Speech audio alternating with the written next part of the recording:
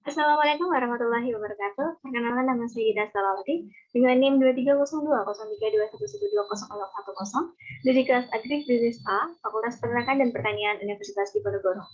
Pada kesempatan kali ini, saya akan sedikit menjelaskan materi mengenai perdagangan internasional untuk memenuhi tugas ujian tengah semester mata kuliah perdagangan internasional.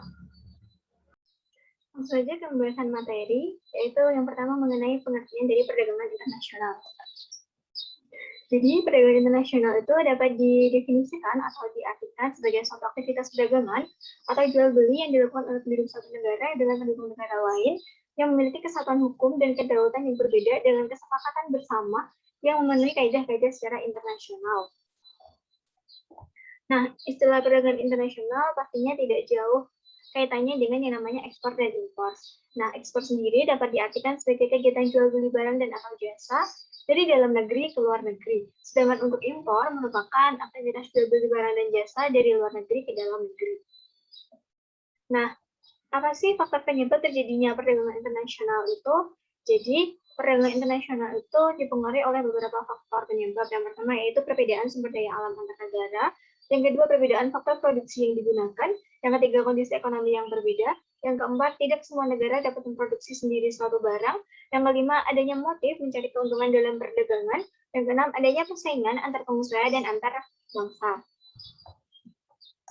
Nah, dalam menjalankan kegiatan perdagangan internasional itu pastinya tidak jauh dari yang namanya hambatan. Nah, untuk hambatan perdagangan internasional itu, pertama, kebijakan pemerintah, yang dimana mengatur mengenai kegiatan ekspor dan impor itu sendiri. Yang kedua, tarif atau biaya cukai. Yang ketiga, yaitu perbedaan nilai mata uang, di mana setiap negara memiliki nilai mata uang yang berbeda. Yang keempat, yaitu perbedaan bahasa. Namun, untuk hambatan ini bisa diatasi dengan menggunakan bahasa Inggris sebagai bahasa internasional. Yang kelima, yaitu sumber daya manusia itu sendiri. Yang keenam, ada hambatan non-tarif. Hambatan non-tarif ini berupa subsidi ataupun yang lainnya. Nah, untuk perdagangan internasional Indonesia ini dalam ekspor maupun impornya berfokus pada komoditas pertanian, yaitu ada kopi. Untuk kegiatan ekspornya ada kopi, tanaman obat dan rempah-rempah, buah-buahan tahunan, dan getah karet.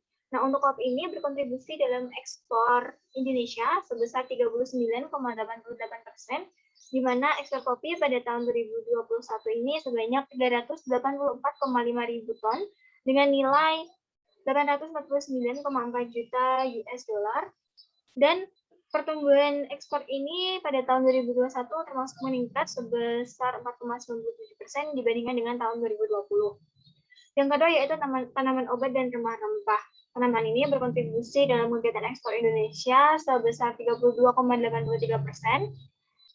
Untuk ekspor tanaman obat dan rempah-rempah ini pada tahun 2021 mencapai 294,7 ribu ton dengan nilai 765,7 juta dolar.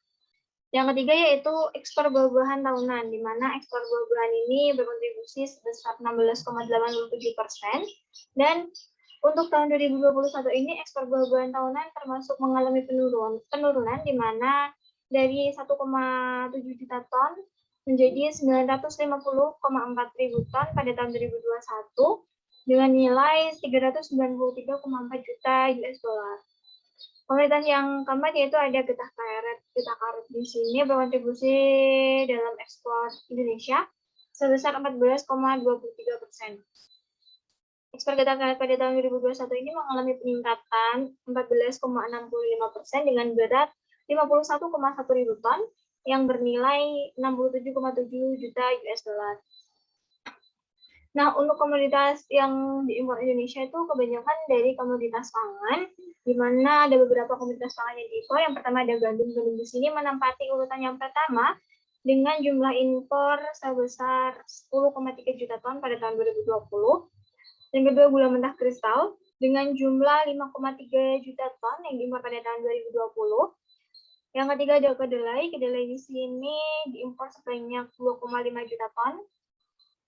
Yang keempat ada jagung. Jagung diimpor Indonesia pada tahun 2020 ini sebanyak 865.652 ton. Yang kelima yaitu ada komoditas bawang putih. Indonesia mengimpor bawang putih ini pada tahun 2020 sebanyak 587.748 ton. Yang keenam ada daging. Daging di sini yang lebih sering diimpor yaitu daging sapi dengan jumlah 529.014 ton pada tahun 2020. Dan yang terakhir yaitu ada beras giling. Di sini Indonesia mengimpor beras giling pada tahun 2020 sebanyak 356.277 ton. Nah, dalam kegiatan perdagangan internasional tersebut pastinya memberikan manfaat untuk negara maupun untuk kebutuhan dari warga negara tersebut. Adapun manfaat dari perdagangan internasional itu yang pertama ada kenaikan devisa negara. Di mana ketika suatu negara melakukan kegiatan ekspor, pastinya akan mendapatkan pendapatan dari hasil penjualan produk komoditas tersebut, sehingga dengan adanya pendapatan tersebut pastinya akan menaikkan devisa negara. Yang kedua yaitu memperluas jangkauan pemasaran suatu produk, di mana ketika kita memperkenalkan produk kita atau memasarkan produk kita secara internasional, pastinya akan lebih banyak dikenal oleh banyak orang dan pada lapisan yang lebih luas. Yang ketiga, mengurangi angka pengangguran, di mana ketika tingkat ekspor dan impor ini meningkat, pastinya membutuhkan tenaga kerja yang lebih banyak. Yang keempat, menjalin hubungan kerjasama dan persahabatan antar negara. Dalam kegiatan perdagangan internasional itu harus melibatkan 2 atau lebih negara, jadi pastinya akan terjadi hubungan kerjasama dan persahabatan. Yang kelima, mendapatkan produk barang yang tidak dapat diproduksi di negara sendiri, di mana pastinya ada suatu negara yang tidak dapat memproduksi suatu produk karena keterbatasan teknologi maupun bahan baku. Jadi dengan adanya perdagangan internasional ini mendorong pemenuhan suatu produk akan keperluan suatu negara. Yang keenam, pertukaran teknologi modern. Jadi ketika kita melakukan perdagangan internasional, secara tidak langsung kita telah memanfaatkan adanya kemajuan teknologi dan juga perkembangan zaman. Nah, dengan terjun langsung dalam perdagangan internasional tersebut, yang tadinya kita tidak memiliki suatu alat, kita dapat memperoleh alat tersebut dari kegiatan perdagangan internasional dengan memperolehnya atau membelinya dari negara lain dengan mengimpornya. Nah, cukup sekian penyampaian materi yang dapat saya sampaikan mengenai perdagangan internasional. Ada kurang lebihnya saya mohon maaf. Terima kasih dan assalamualaikum warahmatullahi wabarakatuh.